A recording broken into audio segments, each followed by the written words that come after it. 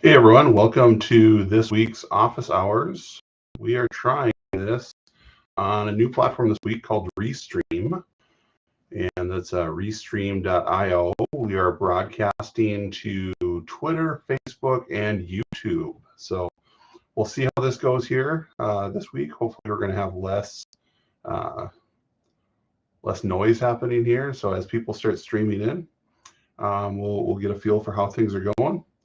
And I'm just opening up my chat here as well with some team members to make sure we're all connected and moving forward. So in office hours, we're really here to help answer your startup entrepreneurial questions.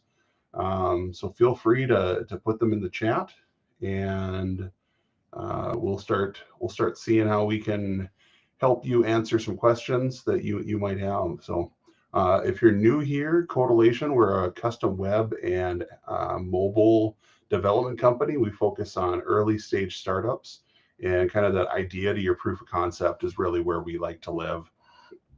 So feel free to put your comments in the chat, whatever platform you're on, and we'll start answering them. Something we were talking about last week was some books and maybe doing some Cliff Notes, book studies, things like that. And we're still working on moving that forward. So if you've got books that you wanted to read and not sure if you want to invest the time in them, certainly let us know. We've got a pretty big library of stuff we've got through and read through. So feel free to comment on those. Got a few people joining here, so hopefully we'll get some comments coming in soon.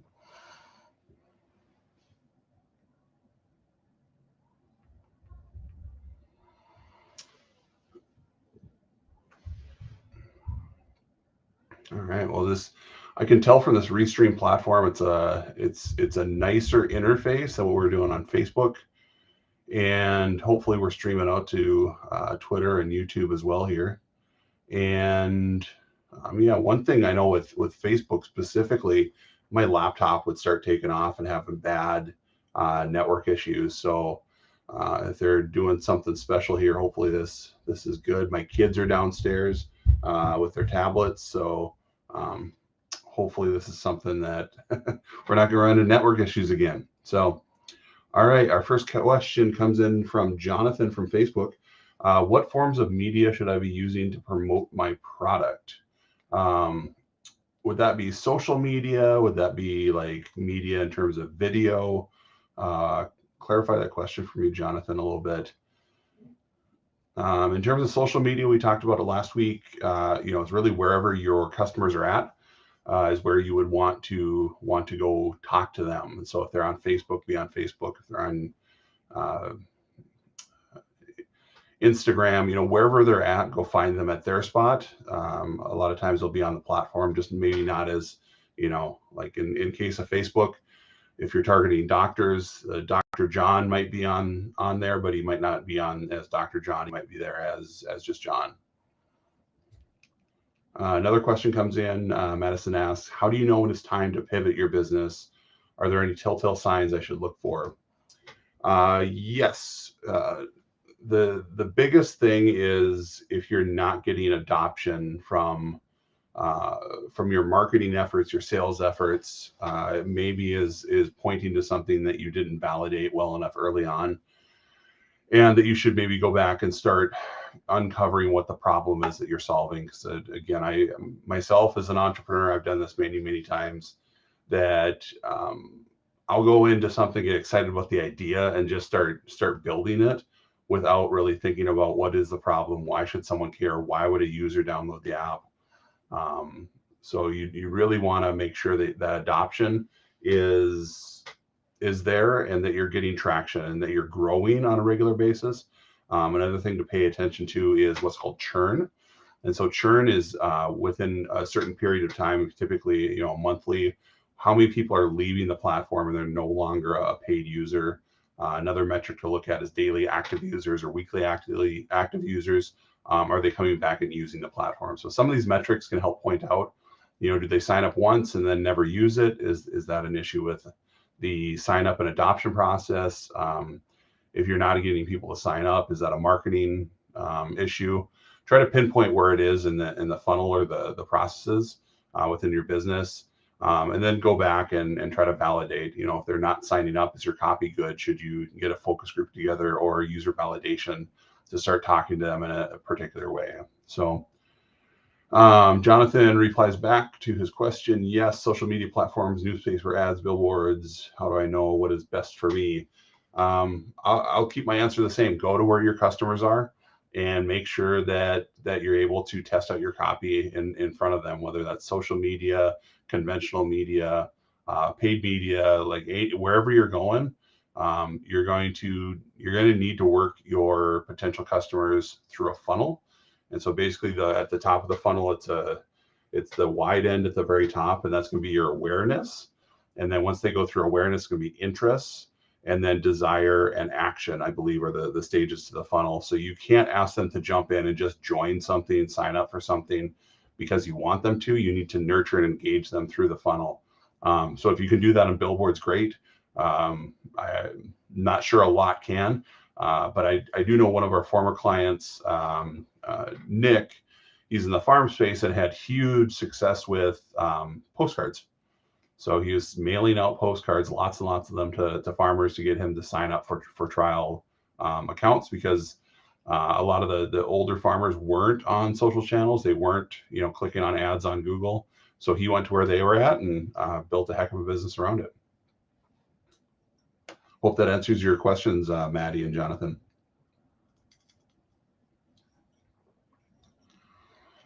Anything else coming out here? Again, we run these Wednesdays from 4:30 to 5 Central Time here on these shiny new social media channels, Facebook, Twitter, and YouTube. Hoping to add LinkedIn to that mix here soon. So see if we have any other questions coming in. Otherwise, I can start messing around with the graphics or the overlays on this. Looks like you can do some kind of fun stuff with different overlays here in Restream. So neat stuff. We'll have to play around with this more and get some more customized covers for us as we start doing more of these live events.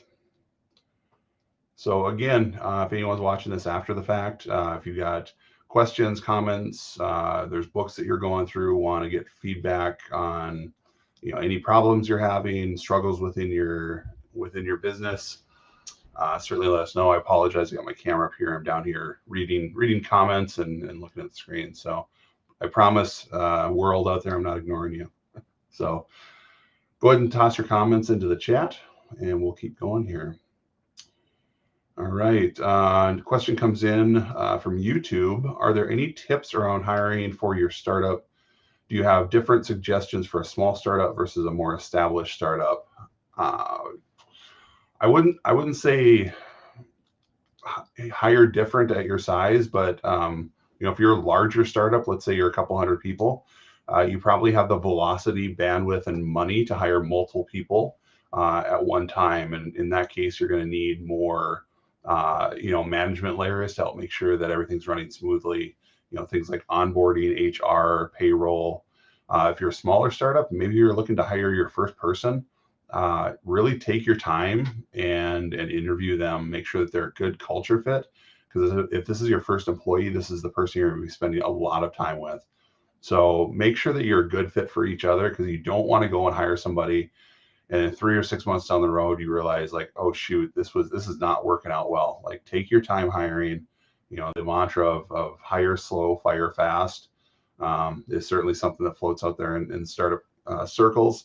You just want to make sure that they're a good fit. And something, I think it was Heaton Shah, or sorry, not Heaton Shah, Sujin Patel was on one of our podcasts. And he had said, he was hiring for a finance person for one of his SaaS startups. And he goes, the secret sauce I found is to make sure that they've done what you're looking to do twice before. If they've never done it before, you're taking a complete punt on someone and hoping that they are saying they can do what they can do, or that they can learn it. If they've done it once, it could be a fluke. But second is you've learned a lot. So think about the things you've done in your life. And, the first time doing it is really scary. The second time is like, okay, I might have this. I might have something here, a process repeatable, or a process that is repeatable. So make sure that they're a good culture fit. Make sure that they know what they're talking about, what they're doing. When you're a small startup, if you're not funded, you've got a lot on the line in terms of your own personal money or own loans or bootstrapped finances too. So just make sure it is a position that you really need at that stage too. A lot of times entrepreneurs want to offload that initial like work that they have to do. They make claims like, I'm a vision guy and I don't want to be a guy or gal, but I'm not good at operations, so I need to bring in somebody for operations or sales. It's like you gotta figure out a lot of that stuff on your own to start with, and only be bringing in people to the company when you're really cooking with gas, when you've got a lot more traction. Otherwise, you can burn through capital really quickly when you're small. So,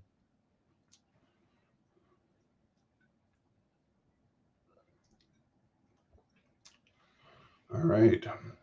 Looks like we got a few more people that have joined the live here. Restream is doing a better job, at least on my end. Feel free, if you've seen another live that we've done on Facebook, let us know if this platform is doing a better job than Facebook has been. But it's looking good on my end here. And certainly put your questions and comments into the chat. Coming in from Facebook, we have a question: how do you determine your company's core values, and how did you pick Totalations? That's a good question. I think a lot of companies don't do a great job of leaning into those core values, and I know that we at Totalation can certainly do a better job of that as well. I think every company to some extent could. But really, your core values help you align. And I found this in anytime there's like an issue with performance or some conflict at work, you're able to lean into it and say, here's our core value. I've got nothing written on this card, but here's our core value of, like one of ours is impact driven. So I can go to an employee and say, hey, I've noticed this is happening in your position. At Totolation, we really want to be impact driven. And I've noticed that's not happening in your day-to-day work. So how can we help make that better so that you can and help move your position, the company forward? And now it's not me as a boss coming to somebody and leaning into them. It's we both agreed, at the company, this core value is important to us. So we really want to enable it and lean into it. So how do you pick your core values? I've seen a couple different ways. One is, what do you want to be? It's aspirational. Like, I want to be a company that exudes these values and direction. Or you can say, in my prior companies, we did things this way. I never want to do it. So it's almost the negative influencing the positive in that case. But no matter what, go back and review your values on a regular basis. Make sure they still fit you.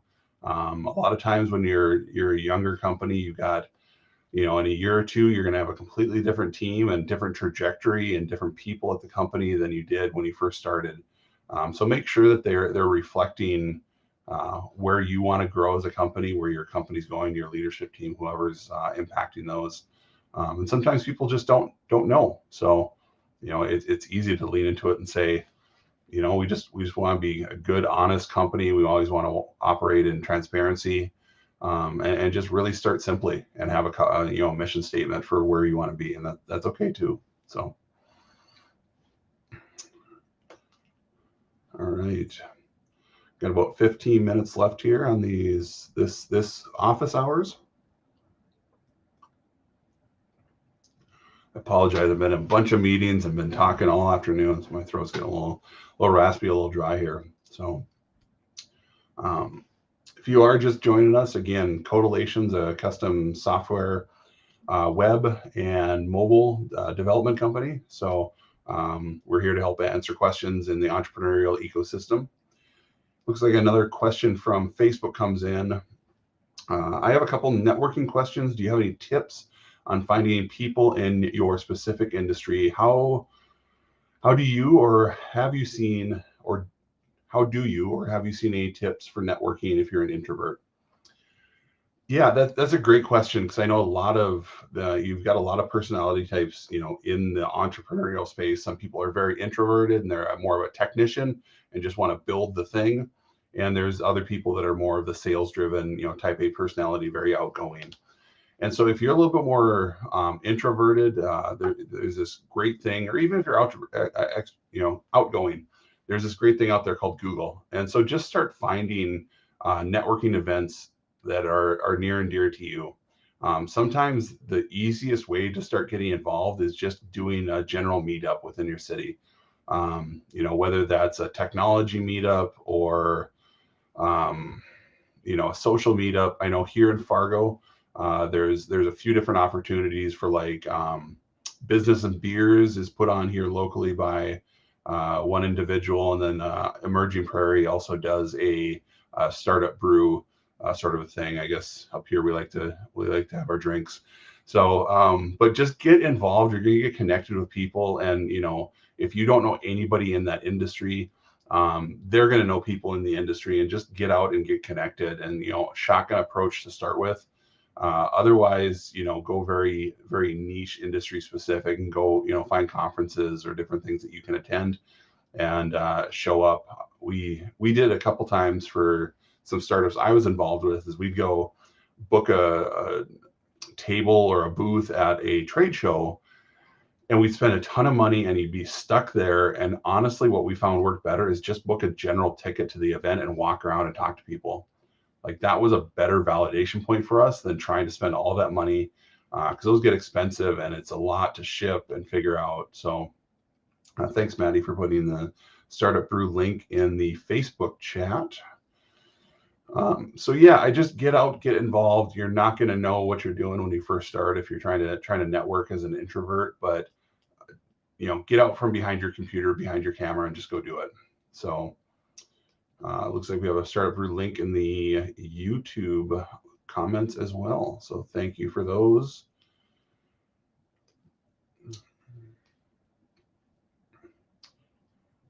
All right, looks like we've gotten through all of the questions so far. So again, if you've got a question about entrepreneurship or startups, feel free to put it in the comments here. We are streaming on Twitter, Facebook, and YouTube currently, hoping to add LinkedIn to that coming in here soon. And we are coming to you from balmy Fargo, North Dakota right now, where I want to say we're 20 or 30 degrees, which is a pleasant change. We were negative 30, 35 with wind chill a week or so ago. So pretty much shorts weather up here. Hopefully we're getting some views from warmer parts of the country where there's less snow on the ground.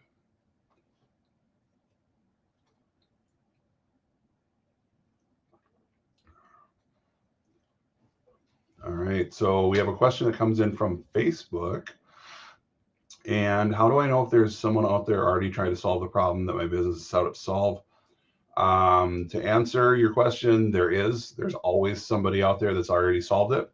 It may not be an app or technology, but there's some solution out there that's already solved it, and that's completely okay. That's something that's expected in 2022, that everything's been done at least once in some way. So the thing you should focus on is making your app, your product unique, and having a unique perspective to the market, so you're not a me too product. Eric from Facebook says, what are some things I'm not thinking about before my first presentation pitching to potential investors? Probably the answer is everything.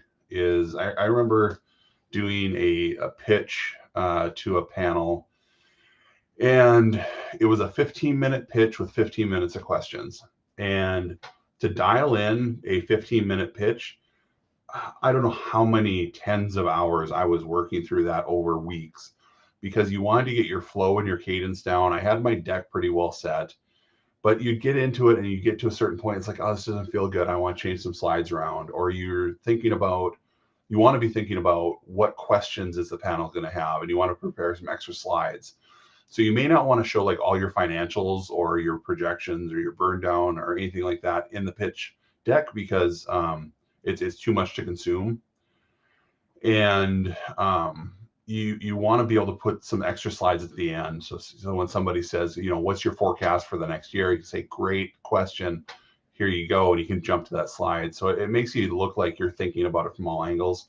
Another couple tips or tricks I could give out there is Guy Kawasaki has the only 10 slides you'll ever need as a pitch deck. Just Google it. It's something we use with our entrepreneurs quite a bit. And so basically it's 10 slides, and I believe it's don't let the font be any smaller than 30 point. A lot of times people will come in and they'll list out paragraphs of text.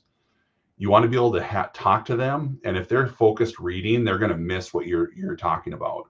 So you want them not reading their slides, but being able to see, what the impact of your team is, or the vision of the product, or the competitive landscape. They want to see that really quickly and then listen to you so they can really understand where you're trying to take it. And that's the finesse and kind of art of pitching.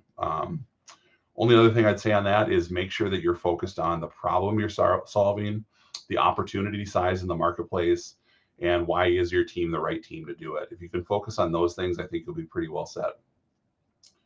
Thanks. We have Maddie on the ball here, put into the Facebook chat the 10 slides you'd need in your pitch.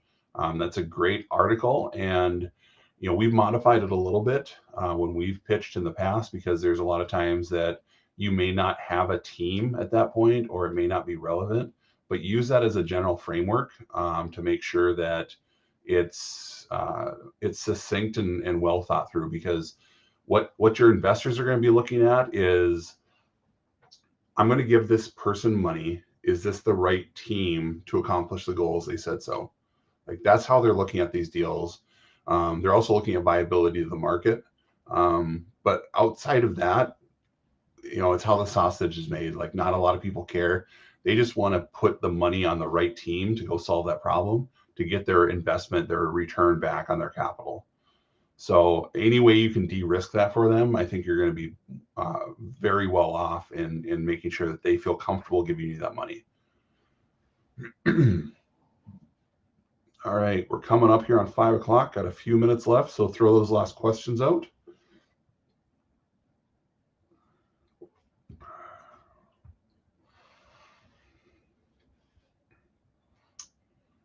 So I don't have dead air. Nothing worse than dead air on live TV. I suppose I can just start talking about things, random things. So like I said, if you're just jumping in now, this is Office Hours with Totalations. My name is Josh Christy. I'm the founder and CEO, and we're an early stage. We develop apps and web and mobile apps for early stage companies, kind of proof of concept, and help them get into the market and get their first customers. Question comes in from YouTube. How do you determine if you should think about finding a co-founder? That's a very good question. When I started really any of my companies, any of my apps, I've been a solo founder, and I've tried to bootstrap them myself. That's good and bad. I mean, if you hit a home run and you've got the entire piece of the pie, you've got the whole company. The downside is that you're now paying out of pocket for somebody that could be a co-founder and then lean into that with you. The things I would really look at, we've got some great resources on the blog that we've Totalations blog that we've talked about how to vet a co-founder, and is making sure that you have complementary skills and you're not the same skills. When I hired my first team member, we were both trying to program, and it turned out that didn't work well. So I had to move into more biz dev roles and sales and marketing. So you want to find somebody that's complementary to you. You also want to make sure that you get really along well with them. You want to understand, what their family life is, their home life. Are there money stresses involved? Is the wife on board, the husband on board? You just want to make sure that it's going to be a good long-term fit, because you're going to spend more time with this person than you do with any other person in your life as you're trying to figure this out together. You want to make sure that you also have aligned vision for where you want to take the company. And so again, just like if you're hiring employees, really, really make sure this is the right fit. Because I've seen people come together at startup weekends and really get excited and want to do this thing until they realize, like, this is going to take $50,000 from each co-founder to make this real. And a lot of people don't have that capital. So early on, big conversations need to happen, and make sure that you're aligned. Don't make the Midwestern Norwegian assumption that everything's going to be fine. Like, really get into it and make sure this is the right relationship, partnership, union between you and your co-founder or co-founders. If you don't have a co-founder, when is the right time to start hiring employees? The right time is when you can afford to do so. And it's not just a money thing in that case. Money's a big part of it. But if my app is predicated upon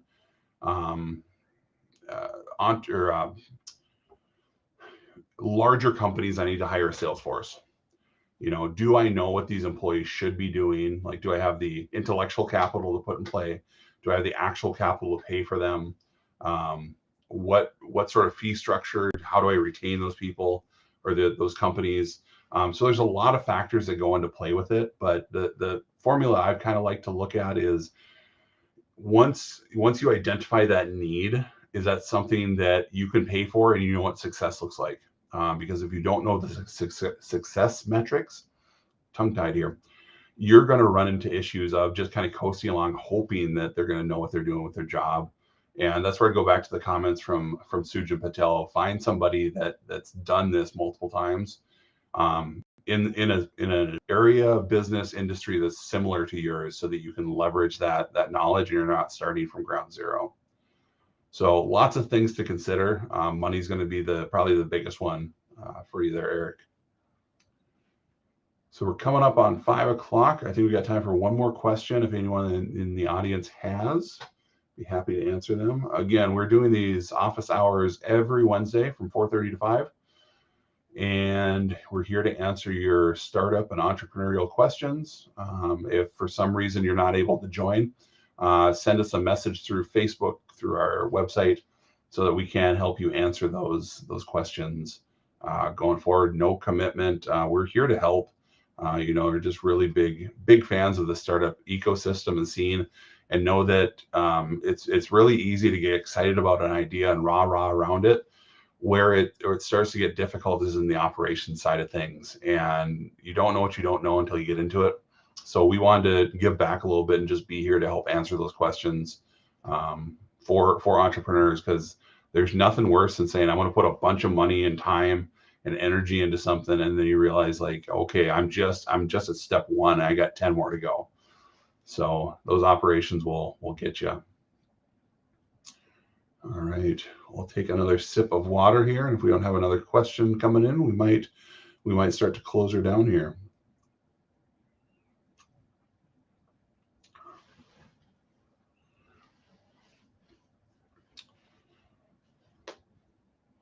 All right, well, we got some dead air at the end of the call here.